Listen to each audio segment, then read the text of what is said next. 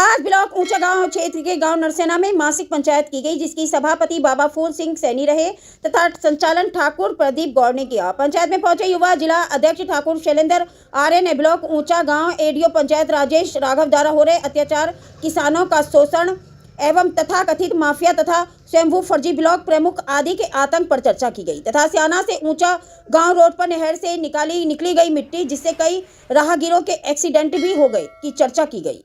मासिक पंचायत को संबोधित करते हुए ठाकुर शैलेंद्र आर्य ने कहा कि हमारा संगठन अहिंसा का पुजारी है। समय रहते एडीओ पंचायत राजेश राघव को बर्खास्त करते हुए इसकी संपत्ति की जांच कर जेल भेजा जाए तथा इसके द्वारा जो फर्जी मुकदमा किसानों पर लिखवाया है अविलंब वापस किया जाए, अन्यथा की स्थिति में आने वाली 9 मार्च को किसान स्याना तहसील में सामूहिक आत्मदाह करेंगे। प्रशासन किसानों पर हो रहे उत्पीड़न को हल्के में ले रहा है।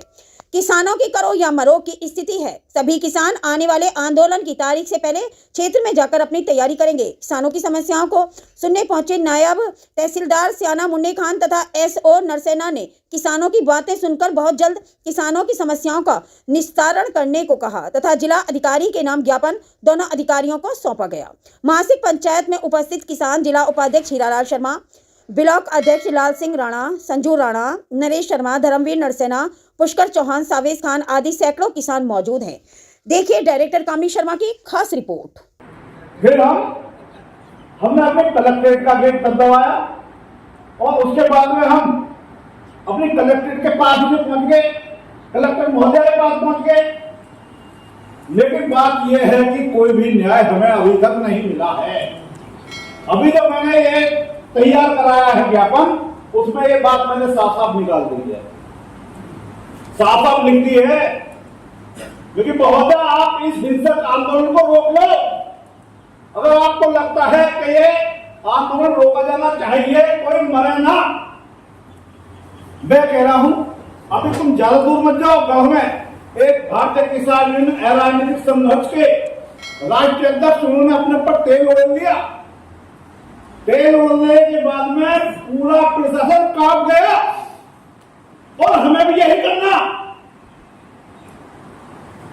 हम भी साफ साफ कर रहे हैं कि हमारा बिगाड़ तो कुछ ना रहेगा कोई, लेकिन इतना जरूर है कालियाम पे खड़े होकर मट्टे से छिड़क लो और मैं पहले छिड़कूंगा मिट्टी का तेल।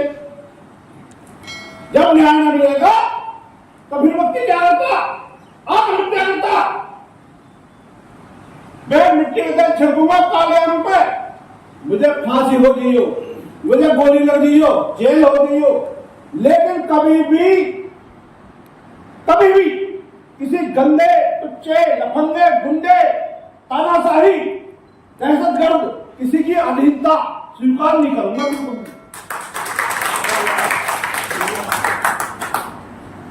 मेरा आज सच बता रहा हूं, मेरा आज आने का बिल्कुल मन नहीं था। आज प्रेस कॉन्फ्रेंस थी, सच बताऊं आज प्रेस कॉन्फ्रेंस थी हमारी बुलंदशहर में, और प्रेस कॉन्फ्रेंस केवल इसी मामले को लेकर थी कि इस तरह से ये कब तक चलता रहेगा। अगर एक एडीओ पंचायत किसानों पर मुकदमा लिखवा रहा है, पूरी संसार खड़ा देख रहा है, तब किसान कौन है? किसान सरकार नहीं है, किसान के पास बंदूक नहीं है, तो तमंचे नहीं है, किसान के पास तो फावड़ा है, किसान के पास तो बलकटी है, किसान के पास तो बहुत ऐसे औजार हैं जो अच्छे नस्लवादियों के पास है। लेकिन हम प्रशासन से कह रहे हैं इतने हमारे धैर्य की परीक्षा ना लो, हमारे इतने धैर्य की परीक्षा ना लो कि हम ये भूल जाए कि हम कौन, तू कौन। मुझे पता है आपके अंदर भी गुस्सा, आपके अंदर जितना गुस्सा, वही ज्वाला, मैं भी आप ही का खून हूं, मेरे अंदर भी ज्वाला धधक रही है।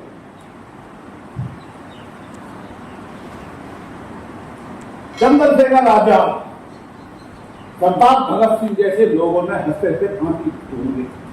जब उससे ये कह रहे क्यों हंसते हो, बोले मुझे हंसने का शौक है, कभी रोने का शौक नहीं, मैं तो हंसना ही सीखा। बोले अदालत की तौहीन हो रही है आपके हंसने से। बोले अदालत की तौहीन हो रही है, होने दो, मैं तो हंसता रहूंगा। बोले आप जानते हो आपकी हंसी की सजा फांसी है? बोले हाँ ठीक है, अगर मुझे हंसी फांसी पे भी आ गई तो क्या सजा? तब क्या सजा दोगे? मुझे फांसी में बहसी आ गई। 3 लोग थे वो, जिन्हें पता थी अभी कुछ क्षण बाद हमारी यहाँ पे डेड बॉडी मिलेगी।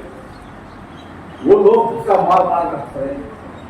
एक को चुप करा, अरे चुप, जल्लाद ने फटका लगे चुप, तो दूसरे को धक्का लग गया, दूसरा हाथ पड़ा, फिर एक अगले को धक्का लग गया, तीसरा हाथ पड़ा। वो बोले भाई ये इनको जल्दी से फांसी दो, खटका दबा दिया। मतलब जितने खटका दबाया, जितने उनके प्राण निकले, हंसते हंसते प्राण निकले।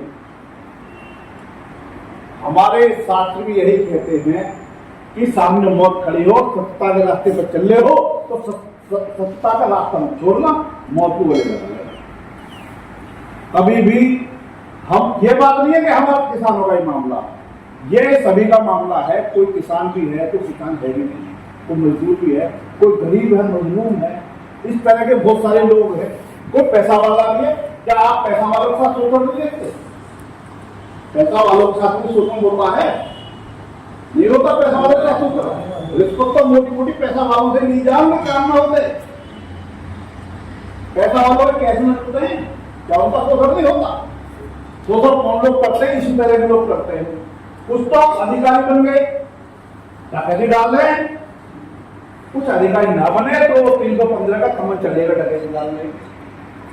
तो मामला बहुत ही ज्यादा है, बेकार हो रहा है। देखो आप यहाँ पर सब लोग बैठे हुए, एक मन के बैठे हुए हो, मुझे पता है, लेकिन मेरा तो यहाँ पर अधिकतर पदाधिकारी है, जिम्मेदार व्यक्ति। इसका मतलब ये नहीं है कि राजनीति करना ब्लॉक अध्यक्ष की जिम्मेदारी उनकी है।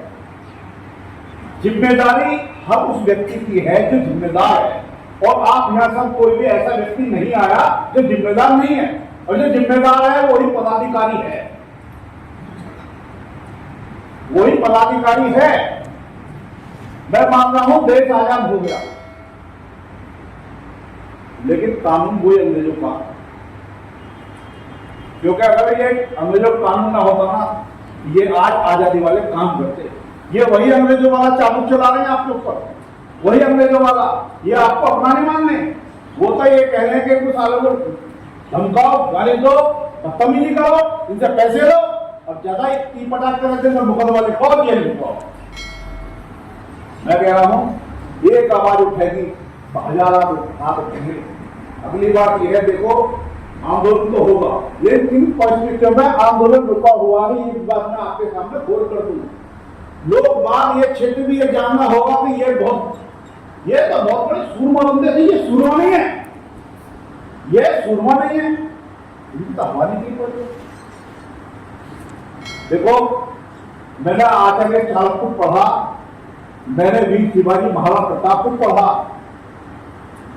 बिना रणनीति बनाए हुए, बिना राजनीति पढ़े हुए कोई भी लड़ाई कभी जीती नहीं जाती है। हम मानने हैं, लोग समझ रहे होंगे कि ये वास्तव में बुद्धि नहीं, चुप बैठ के हम चुप नहीं बैठे। अभी भी हमारे पास में उपयुक्त समय लड़ाई का है नहीं।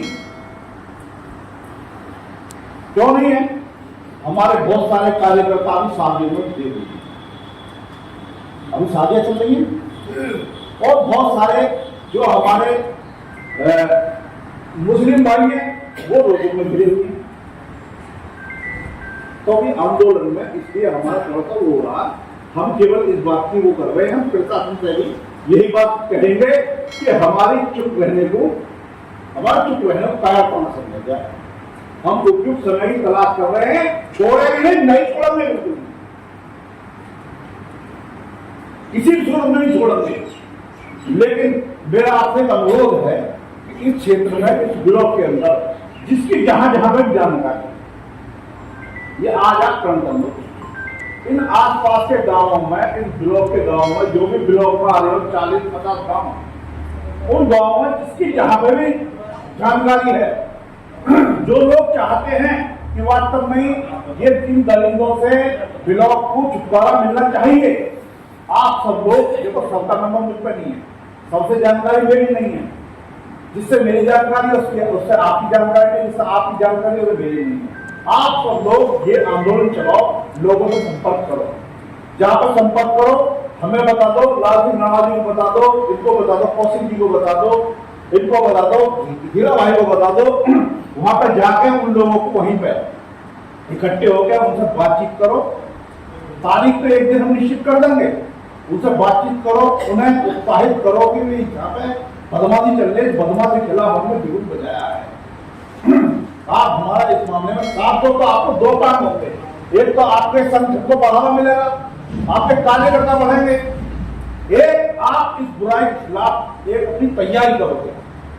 तो ये आज के हमारी मीटिंग का मेन विषय है कि ये जो हमारा बहुत बड़ा आंदोलन होने जा रहा है, इसको बड़ा करने के लिए हम लोग गांव में उतर जाएंगे। जिसकी जहां भी जानकारी है, अगर कोई व्यक्ति ये कहेगा कि हमें बैंक पदाधिकारी को बुलाओ, तो फिर हम सब चलेंगे। हम वहां पर मीटिंग करके हम इन बातों को बताएंगे, लोगों को बताएंगे, उनसे बात करेंगे आप कितने लोग हो जाओगे इस आंदोलन के लिए।